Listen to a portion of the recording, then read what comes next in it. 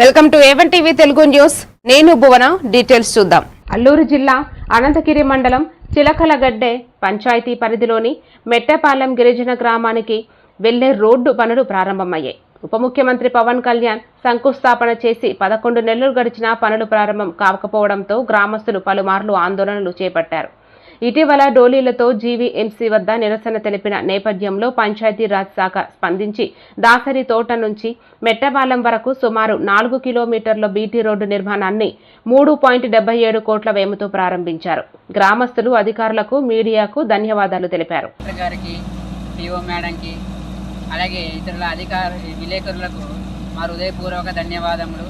మా యొక్క హృదయ బాధలను విని మేము చేసిన పనులకు, మేము చేసినటువంటి పేపర్లను చేసినటువంటి ప్రతి పనులకు స్పందించి మా యొక్క హృదయాలను అర్థం చేసుకొని ఈ యొక్క పనులు మొదలుపెట్టినందుకు, అలానే వర్షాకాలానికి ముందే ఈ పని పూర్తి చేయాలనేసి మా యొక్క ధన్యవాదములు.